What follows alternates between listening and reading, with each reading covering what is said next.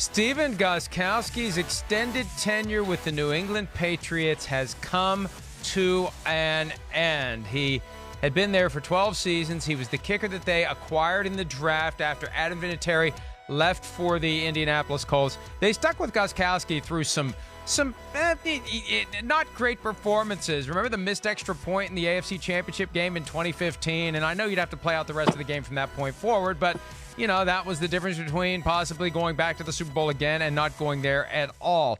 Kind of strange it happened this week. If you cut him last week, he's out there in free agency and can end up getting signed. Not that teams are clamoring for kickers right out of the gates in free agency, but kind of strange that the Patriots, in my view, strange that they kept him around more than a week beyond the opening of the free agent market.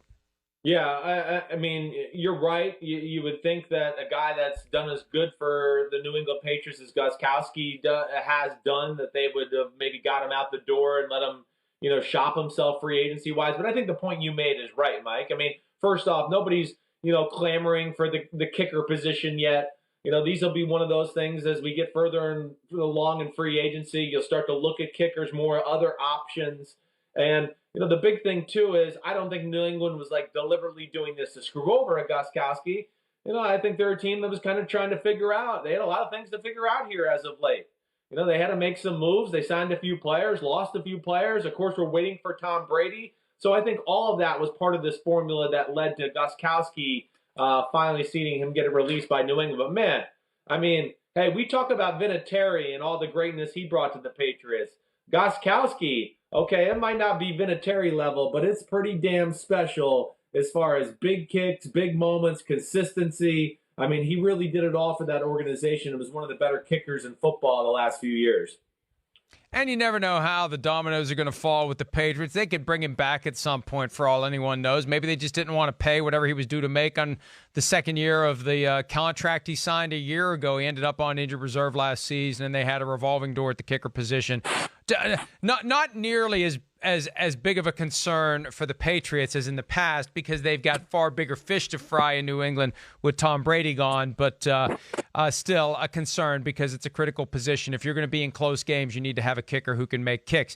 Stephon Diggs, as we said last week, the Patriots were in on the conversations for Diggs that ultimately resulted in Diggs being traded from the Vikings to the Buffalo Bills. Albert Breer of SI.com pointed out yesterday that it was the tweet that Stephon Diggs posted last week. And remember, we talked about both of them, and they were kind of happening in real time as we were taping videos last Monday. Diggs saying, time for a new beginning, and then somebody called him out that he was just being dramatic, and he said, no, something's going to happen, and he kind of spoke it into existence. The trade came together that night between the Bills and the Vikings. Along the way, the Patriots did have some conversations with the Vikings, but ultimately the Bills were the ones who ended up snagging Stephon Diggs, and it all started with that tweet, Chris. Well, it's amazing. First off, I'm not surprised to hear the Patriots are in that conversation, Mike. I think you've heard me say a few times here. I think I said it a few times last week. I know they love Stephon Diggs. He's a perfect fit for their system. That's why Buffalo liked him. Brian Daboll came from New England. He knew that. But Diggs, I mean, Mike, I've been around him a few times. I know you have too. He is really, really smart. I would not be shocked that he pulled something like this off. He understands the league, has a great feel for it. Hi, I'm Mike Tirico, and thanks for watching. Make sure to hit subscribe for the latest news and highlights from NBC Sports.